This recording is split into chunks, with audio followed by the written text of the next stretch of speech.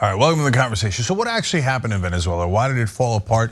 And can we have a new relationship with Venezuela, especially because of the war in Ukraine? We're gonna try to answer all of that with our next guest, William Newman. He's the author of Things Are Never So Bad, They Can't Get Worse, Inside the Collapse of Venezuela. Bit depressing as a title, but I hear you. William, welcome to the program. Hi, Cenk. Thank you very much. Thanks for having me on. No problem. All right, so in order to understand what's happening today, we got to go back. So I've heard over and over again that Venezuela fell apart because it's a socialist country, and that's what the problem was. Is that true? No, that's really not true at all. What happened in Venezuela was populism, not socialism. It doesn't matter how many times the leader puts on a red T-shirt and calls himself a socialist. That doesn't make somebody a socialist. Venezuela has always been a capitalist country. It has a very high degree of government involvement in the economy because the government controls the oil industry, which is the biggest part of the economy. But it's always been a market economy. Chavez, essentially socialism for Chavez and for Maduro after him was a form of branding, which they used to build up their support in the population and to stay in power. And what you have in Venezuela is essentially the same kind of populism that we've seen in the United States recently. And it was really Chavez who was a pioneer in a lot of this and wrote what has become in this country the Republican playbook, which is polarize, mine social divisions, capture the judiciary, change the rules of the elections to benefit yourself, and that's essentially, what's happened there. So, William, that's really interesting because I never quite thought about it this way. So I know I'll talk of like socialism and that's why I know that's garbage, of course, right? And so, and I kind of like the word populism. So I want to have a conversation with you about that too, and what you mean by it, as opposed to what I mean by it. But it sounds like Hugo Chavez initially saw that what was popular in Latin America and Venezuela in particular is the idea of socialism, because historically, I'm guessing here, you tell me if I'm right or wrong. Historically, that has been more of a populist movement would go towards socialism in Latin America because they were constantly fighting off American power and they're incredibly wealthy. And so it's a more populist brand in Latin America. Whereas the more populist brand in America is the jackbooted thugs of the government, and the Republicans are going to look out for you, the individual, and protect your freedom, etc. So is that a fair analogy, or do I misunderstand it? Approximately. I mean, you've had both right-wing and left-wing populisms in Latin America.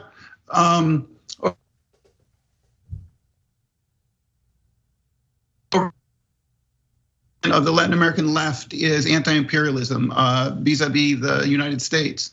And so that's something that Chavez really rode and was a very strong part of his message and Maduro's message. I mean, it's ironic now because Maduro calls himself the great anti-imperialist, and Maduro has been one of the biggest cheerleaders worldwide for Putin in his invasion of Ukraine. So you have the so-called leftist anti-imperialist in Latin America supporting the bigger country invading the smaller country. Well, that irony, unfortunately, is everywhere now. There are a lot of people that are in America pretending to be on the left who are supporting Putin, and they're like, "Oh, we're doing it because of anti-imperialism." I'm like, I think you might misunderstand the word. Yeah. Okay, and by that, of course, they mean just anti-America. And so, and I'm on the left, and the overwhelming majority of folks on the left aren't anti-American. That's insane, right? But unfortunately, some people these days actually get paid for that. And so, anyway, corruption all around, not just in Venezuela, but here as well. But back to Venezuela. So, you know, when we talk about socialism, that's another word that's completely misunderstood, and no one really even knows what socialism means. Does it mean Denmark? Does it mean Venezuela? Does it mean China, right? Which are all very different economies. Although Venezuela and Denmark maybe not so different. Partly based on what you're saying. But was there any centralized decision making in Venezuela in the government as you would find in China today? Or is it just the oil? There was never a centralized economy in Venezuela. Venezuela has always had a market economy. I mean, a lot of what you have seen in Venezuela over the last bunch of years under Chavez and Maduro is sort of a more old-fashioned Latin American form of state-centered economics, which you had in, it was a fad up through the 1970s in a lot of these countries, in Mexico and plenty of other countries, where the government would take over certain industries or control or regulate very heavily certain parts of the economy. But that didn't make those countries socialist countries. It was just the idea that more public participation was the better way to do these things. And then by the end of the 70s, everything reversed, or into the 80s, and you had the opposite. You had privatization. These governments privatized all the companies that they had either created or taken over. And in Venezuela, you just sort of had a continuation of that, partly because that's how Venezuelans think of government, because in Venezuela, the government is the oil industry, and the oil industry is the only game in town, and that's where all the money comes from.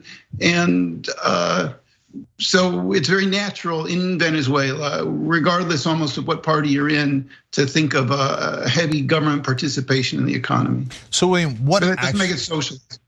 Got you. So what actually went wrong? What did Hugo Chavez do and then Maduro continue that seemed to have destroyed the Venezuelan economy? And as you write, even though they're sitting on a mountain of oil and tons of incredibly valuable natural resources, you almost can't screw it up, but they did. So what did they do wrong? Well, a lot of things went wrong there. When I was working on the book and I was trying to figure out how to describe it, I sort of got to this point where I came up with a very simple narrative, which was it rained money, they spent it all, stole some of it, wasted some of it, and then it stopped raining and people went hungry. I mean, essentially, Chavez was very fortunate because for a good part of Chavez's presidency, and he became president in 1999 and was president until 2013 when he died, and Maduro took over, the price of oil was rising. And when Chavez comes to office, the price of Venezuelan oil was about $8 a barrel, and ultimately went up to $120 a barrel. And people like to say that Chavez had charisma, but what Chavez really had was oil at $100 a barrel, and that buys a lot of charisma. And so the country was just flooded with money. It just filled up with money, and they spent it, and they spent some of it on social programs. They built houses and apartment buildings with some of it. A tremendous amount was stolen, a tremendous amount was wasted all over the country. There's hospitals that are half built, never finished, schools, you name it, bridges that never got finished. This is a tremendous waste of resources. I mean, you look at all the money that came into that country, and if that government had been somewhat efficient, the country would be much better today. And essentially, the other thing is they saved nothing. They had billions and billions come in. They didn't save essentially a penny. And so then all of a sudden, Chavez dies in 2013, and in 2014, the price of oil starts to go down. And by early 2015, it had gotten down to $30 a barrel. And so they essentially ran out of money, and they hadn't saved any. And at that point, Maduro sort of takes a bunch of bad decisions in terms of how to run the economy, and it just keeps getting worse and worse, and enters this crisis. And how did they? Essentially because. Yeah. So I get that part. But how did they wind up starting to slowly take apart democracy? Okay, well, that's when we get to Chavez was one of the pioneers in what we've seen worldwide now, which is these authoritarian figures, these charismatic figures who come in and use democracy, use elections to get into office, to gain power. And then once they're there, they start to dismantle all those checks and balances and elements of democracy so they can stay in power. And that's essentially what Chavez did. And Chavez was brilliant at mining polarization. I mean, it's a real, I like to say that Venezuela is a lesson for the United States, a cautionary tale for the United States. The countries are very different, but you can watch what happens when a country becomes deeply polarized politically and the people in power decide to use that polarization and division to stay in power. And that's one of the classic elements of populism, where the leader comes in and he says, I represent the people, I am the people, but the people is only part of the people, which are the people who are willing to support him. Yeah, so in Venezuela, what form did that take? So in America, that largely takes a racial form, a little bit of religious form. In Venezuela, how did they galvanize us? But galvanize their side, but split the country. Well, those divisions were there to begin with, but then the leader comes in and really mines them and exacerbates them or emphasizes them. In Venezuela, it was rich versus poor. Or poor versus rich from the Chavista perspective. And that's where the socialist branding or the socialist narrative comes in handy for Chavez. And so, I mean, that's the simple and that's the simple way to look at it. It was a class difference. So that's really interesting because in America, since the so-called populists, the fake populists, in my opinion, from the right wing, don't have the ability to use economic populism because they represent the rich, and there's just not enough votes in the rich. They have to use religion and race in order to do their populism. But if you were coming at it from the left, I suppose, economic populism would be the logical way to rally people. Don't you think that under Trump, a lot of what we saw was a kind of economic populism because you had this great big segment of the population that felt left out by globalization. And so, there was a lot of economic populism going on there. And when I say that it was that he mined the class divisions, I mean, obviously there was a horrible problems with poverty in Venezuela. The problem is now that it's worse today. In other words, what happens there's been a lot of cases of economic populism in Venezuela over the last 60, 70 years. And in every single one, these governments come in and they say, oh, we're gonna make the life better for the poor. And after that populist episode, ultimately it crashes and the poor are worse off than when they started. And in the case of Venezuela, I just think there's this horrible cynicism because there was no sustainable form of social programs ever put into place. Yeah. Everything they did was for popularity and to stay in power. And it was simply not, it wasn't built to last. So, William, we're wildly out of time, but I nonetheless, I have to ask you a couple more things. So the populism doesn't necessarily have to be married to authoritarianism. Right, so that's why that would be my defense of populism and economic populism overall. So couldn't you argue that in Uruguay they did economic populism without the authoritarian streak, and it actually worked pretty well? Well, when are we talking about in Uruguay? The previous president, his name escapes me. Under Pepe Mujica? Yes. Yeah, I don't think that I would call that populism. I would call that, a moderate form of social welfare-based government, which isn't the same as populism. Yeah, okay, we're splitting hairs on the definition, I think, but I don't think that it has to be attached to authoritarianism. And if it is, I get that authoritarians will use it for their own benefit, as they did in Venezuela. It's almost a perfect case for it. But I think you could do real economic populism without being evil. Well, I think that a lot of people, a lot of these episodes start out with good intentions. Yeah, well, every accumulation of power, uses some proxy to get that power, whether it's religious, racial, economic, or otherwise. Then the question is, do they mean it? And 9 out of 10 times they don't mean it because they're trying to attain power, right? But it is certainly possible that 1 out of 10 times they would mean it. And I would give FDR as another example. I would argue he was an economic populist, and he actually did deliver. Oh, I think we're running into semantic problems here because in Latin America, the history of populism tends to have very specific, especially economic populism, has very specific elements, and it often has to do with excessive government spending that doesn't match with government income through taxes or other means, and inevitably leads to these sort of imbalances in the economy that crash. Yeah. So okay, yeah, as I suspected, it's partly a definitional issue. All right, super last thing. What do you think? Are we going to cut a deal with Venezuela to start bring their oil back in to replace the Russian oil? I mean, there'd be some decent irony there, but I would be in favor of it because I think the sanctions are hurting the actual people of Venezuela. So thoughts on that?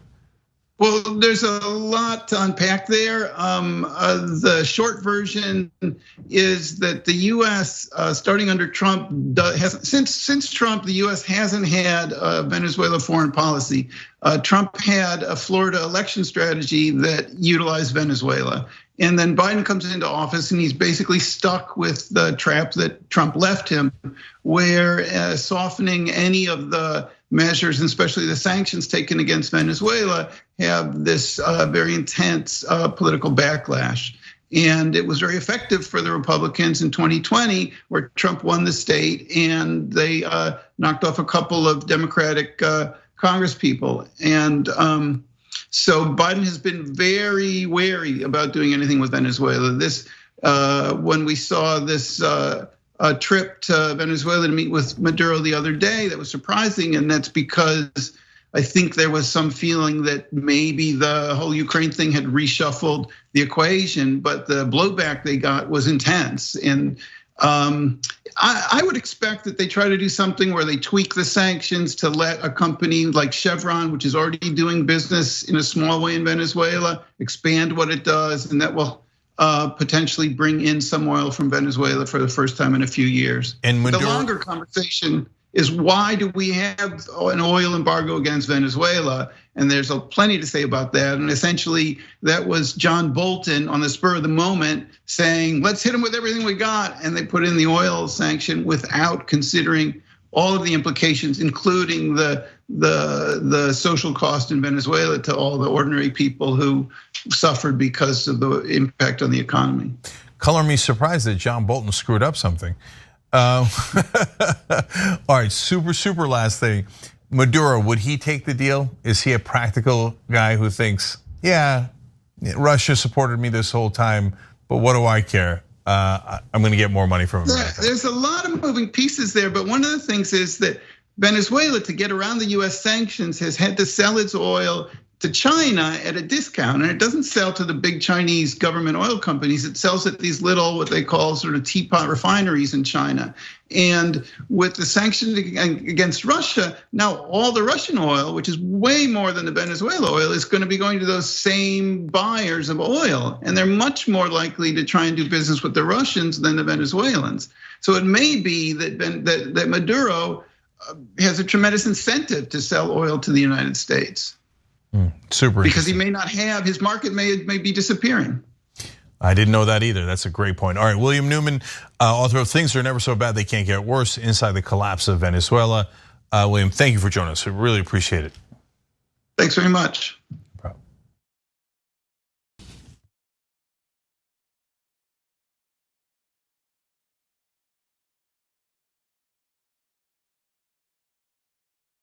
All right, we've got a really important interview for you guys. We have a congressional candidate in the studio. We haven't had a congressional candidate in the studio in a long time. So really happy to welcome Michael Schur, running for Congress in California's 37th district, to the program. Michael, welcome. Cenk, it's nice to meet you. Okay, yes. All right, now, Michael is running for Congress. And of course, a lot of you know him because he's been on the Young Turks many times. If some of you watching probably don't know that, so we're being very clear. I know Michael. Michael's a good friend of mine, and that's why I think he'd be a great congressman. So I'm just laying that out there, okay? And we don't hide our perspective on TYT. Now, having said that, I'm still going to ask you a number of questions that's important for your district to know and for everybody else out there. Absolutely, to know, right? That's what that's part of doing this. So I'm glad to do it.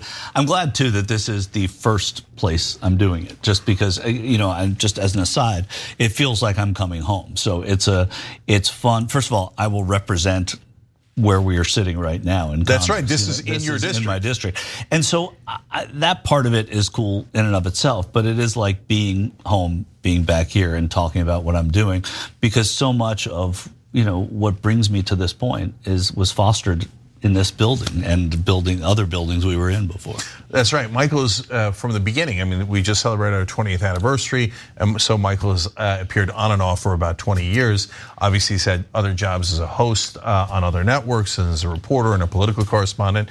And on Current TV, he was for a good time known as Epic Politics Man, and it makes a lot of sense for Epic Politics Man to run for Congress. Okay, so for the folks who don't know, first of all, are you going to take corporate PAC money? Absolutely not. No, I would never take corporate PAC money. And I have to say just a little bit, and I know this is timed and we don't have a ton of it, but it doesn't take. I've been doing this now full time for a week, and it doesn't take more than just a couple of days to realize what poison money is in politics. So as I'm doing it, it is already distasteful. There's not a chance in the world I would take corporate money, but also I feel guilty taking private money because I'm thinking I'm a guy who had a nice job, was making good money, left my job because I could, and I'm calling people who are able to give me money, and I'm thinking, what if you're somebody else? What if you're a man or a woman who owns a small business and can't leave it and doesn't have the network to get money from?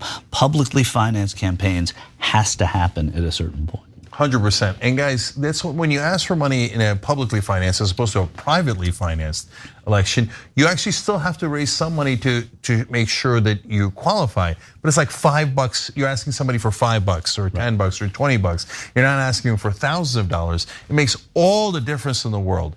So, by the way, sureforcongress.com. Sureforcongress.com is with SH, obviously. And I say that after people say they don't take corporate PAC money, I give the website right away because then they need grassroots funding. They can't do it without grassroots funding. Okay, Michael. So let's go to the core thing first. Yeah. Why are you running? What motivated you to run? Okay, here it's pretty simple, right? I mean, I have a long history with the Young Turks, actually since day 2, not day 1, day 2, in your apartment, and I have always been, someone who's worn my opinion on my sleeve until a certain point where I've been an objective reporter covering politics around the country now for over a decade, for longer than that. And what I've noticed as I've done it is how often I'm biting my tongue when I'm speaking to someone, and how dire the situation is right now. I mean, January 6th was the tip of the iceberg, and it sounds hokey perhaps to talk about it that way, but if you are up close to this and you are proximate to the disaster that is coming down the pike, you can't help but want to do something about it. So, of course, I want to be in the game. Of course, I want to be able to make change. I'm also going to be one of 435 people. I'm going to answer every question honestly. Someone will say, well, are you going to be able to make change when you're there? No. The answer is, am I going to be able to make change by myself as one of 435? No. But my voice, which I think is a smart one and a reasonable one, is going to impact a group of people, a wave of change. So on my own, of course I'm not going to. So if you were to have a frank conversation, let's say you win, and you have a frank conversation with Democratic leadership, you're worried about January 6th because of the tide that's coming, right?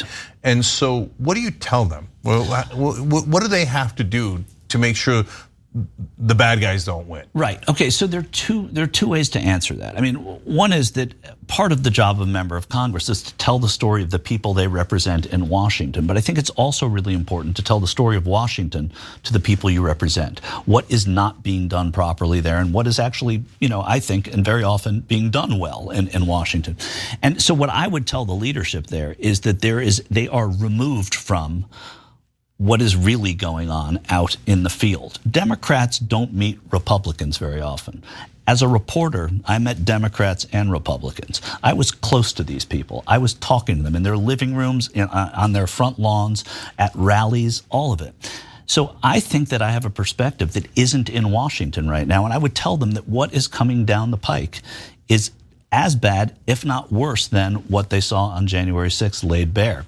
And there has to be a way to prepare for that. And there has to be a way to start having a conversation with people about how you can make this something that cannot go on. You know, I think preventive politics is really important. Playing defense is not, it's not really playing defense, but it's getting people aware so that they are ready for this and not surprised by it. All right, so let's go to some of the issues. Now, look, you look at Build Back Better, you're gonna say, of course, you'd vote for it, right? Yeah. And so that's easy. Easy. I mean, I would, you know, I think what Joe Manchin has done and what the other moderate Democrats have done to water it down is wrong, you know. And I think when you knew that you had Joe Manchin and Kristen Sinema there, you don't water that bill down, right? If you know that they're going to stand in the way of it anyway, go for what you want. So trying to compromise on that politically made all the sense in the world, but you also knew the hand you were going to be dealt, and you were getting false signals from these people who are Democrats. So child tax credit. Yeah, keep it going and make it pre-K, absolutely. Yeah, so lowering drug prices. Absolutely. So through Medicare, negotiating drug prices. So, okay, now let's take a really hard situation. Now, everybody says they're for lowering drug prices. Everybody says that they want Medicare to be able to negotiate drug prices, yet it didn't happen under Bush, Obama, Trump, and now Biden. Right. So what happens when they say, Michael, we can't do that? Well, here's, you know, first of all, it's not an overnight thing, right? And one scenario that I like to point to with this is the leadership of the Democratic Party is older now, right? I mean, Nancy Pelosi, Steny Hoyer, Jim Clyburn, I'm not revealing any secrets. Whatever you feel about them, there is going to be a changing of the guard. They would tell you that, right? Well, the changing of the guard has to be made with the input of the people who will be like me, representing California's 37th district and going in and impacting who that leadership, if I'm not going to be in the leadership, impacting what the leadership's going to do.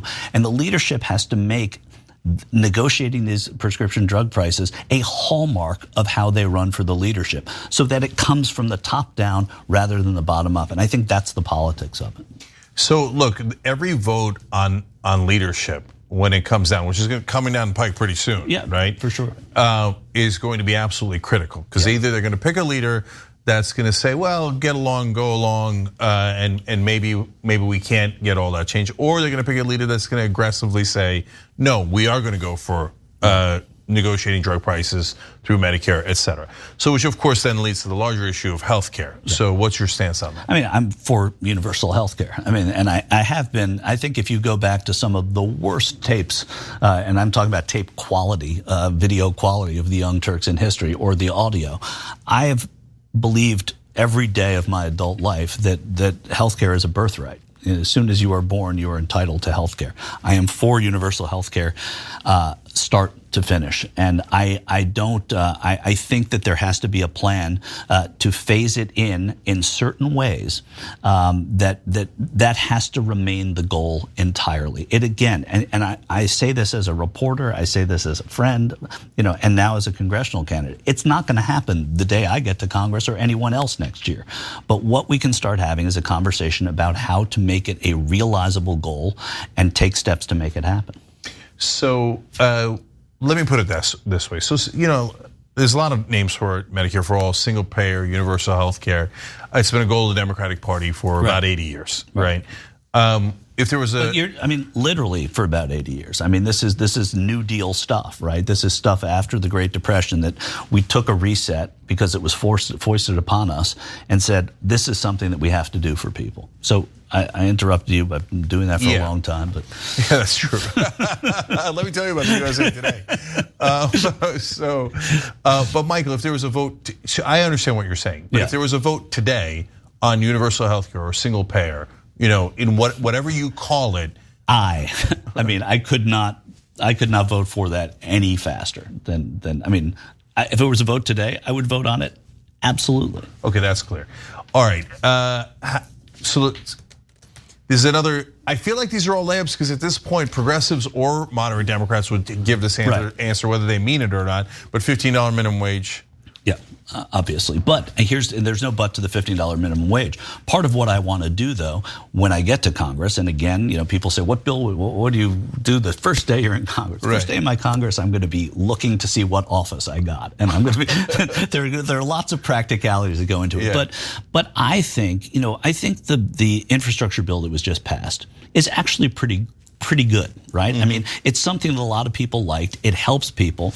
But just as roads and bridges were broken, we're now dealing with small businesses that are broken. And small businesses, they're not a bad word, right? I mean, they are the lifeblood of the local economies around here. So I would like to see an infrastructure bill for small businesses that involved figuring out how to being able, as a caveat to that, to pay a $15 minimum wage. But I think you can do both. I think you can build up small business and also pay attention to the workers, because that's what small business people want to do. There's a small business in your district that's called the Young Turks. Yeah. So I can understand that as well. Yeah, I've heard. Yeah, we're literally not only in your district, but a small business. There's right. No ands, ifs, or buts. And by the way, you've been, like, everybody's been beaten down by the pandemic. I'm not saying anything that's new, but that's what happens. If a bridge is broken, an infrastructure bill helps that broken bridge get repaired. If business is broken, and that's our community, why not have an infrastructure bill targeted just at small businesses? Yeah, and by the way, PPP did a pretty good job of targeting small businesses, they did, and it worked. And when we did the town hall in Cleveland for Nina Turner, she also talked a lot about small business. So it's interesting that progressives are headed in a direction where we go, look, we're all going to have to stick together, both individuals and small businesses, against the hegemon of giant business. Well, that's it, right? And the people we know, most of them work for small businesses or trying to, whether they're waiters, whether they are employees. This is what makes community. And what do we do as progressives when we see Walmart come in and undercut everybody and pay poor wages? We reel at it as progressives, and so there's nothing wrong. There's nothing owned by another side when you're talking about small business. This is America. This is us. Yeah, sureforcongress.com. I know we're out of time, but I got to ask you one foreign policy question. And if you want to see more of me and Michael talking about policy, just go on our channel. You can see hours and hours and hours of it. Okay, but and so in a sense, there isn't a candidate with their positions better known, right? Right. Well, that's what I mean.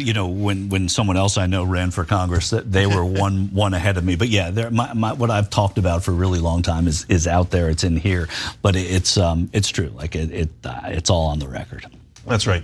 But on foreign policy, how do you think Biden's doing, especially with Ukraine? Look, I think that there have been obvious, missteps. People get so upset about the exit from Afghanistan, right? Mm-hmm. I don't know that is. I don't know that there was another way to do it, or if doing it another way would have avoided some of the tragedy that happened there. I think doing it is really the most important part of it, and all the hands he's been dealt on foreign policy have been sort of NATO related or in other land foreign policy, which is foreign policy. But what I'm talking about is he has to be reliant on what other people think of it too, right? So we're looking at Ukraine and we're looking at Russia right now, but NATO is 30 countries. And it's not Joe Biden coming in there and wreaking havoc if he has to and going. But I also don't think that he's done enough diplomacy with China on this issue. Mm. And I think that would be an interesting place for any president to start with when you're dealing with Russia. And yeah, we just talked today on the Young Turks, or yesterday, if you're watching this later, about how China's on the fence. Yeah. And maybe there's a way to nudge them over. That's exactly. To bring them into our sphere instead of the Russian sphere, especially as the Russians appear to be losing for what that's worth. Right. But yeah, losing or not, it's still the on the fence part is the most important. Here you have China, who you would think, oh my God, they're going to be with Russia. The mere fact that they're not means that I would have, and I don't know that the administration doesn't, but I would be much more public about trying to woo China to the Western way of thinking on this issue. Right. All right, Michael Schur, breadth of knowledge, obviously. And so not a lot of candidates can talk policy like that, by the way. Yeah. I've known a lot of candidates that couldn't do that, unfortunately. Sureforcongress.com, sureforcongress.com. Raise your hands if you're sure. Fill in every sure pun you have. Finally in my life, I hated the Shore name my whole life. Are you sure? Are you sure? Are you sure? Now I'm embracing the Shore last name. It's the best political last name there's ever been. Right. Is your slogan going to be "Yes, I'm sure"? Well, sure we can is what we have right now. Sure we can. Sure we can. Yeah. Okay. And by the way, we had a tight. I know we're way over time. We had I had a show here at the Young Turks called "Reasonably Sure," and that's kind of my marketing for going to Congress. Is my reasonableness on so many of these issues. Yeah, that's good. He's reasonably sure. And by the way, when Brent Welder ran for Congress, we thought, how cool would it be if a TYT member became a member of Congress? When AOC ran, how cool would it be if a TYT fan became a member of Congress? Now, how cool would it be if a TYT host were to become a member of Congress? It would be amazing. I'm TYT. This is home. I'm never going to stop feeling that way. So thanks for having me. Thanks for having me. This is the weirdest thing in the world. It's great to be here. Thanks. I'm also always going to be a 49ers fan, even though I represent LA, and I'm not going to be one of those politicians who just picks up the Rams like JR or something. Oh, watch that on watch list. All right, Michael Schur running for Congress in the 37th District of California. It's a very important race. It's to replace Karen Bass, who is a progressive vote. So we need a good replacement for that. It's a wide open race. Anyone can win. So Michael, thank you for joining us. Appreciate it. Thanks. All right. Thanks for listening to the full episode of The Young Turks. Support our work, listen ad-free, access members-only bonus content, and more by subscribing to Apple Podcasts at apple.co/TYT. I'm your host, Cenk, and I'll see you soon.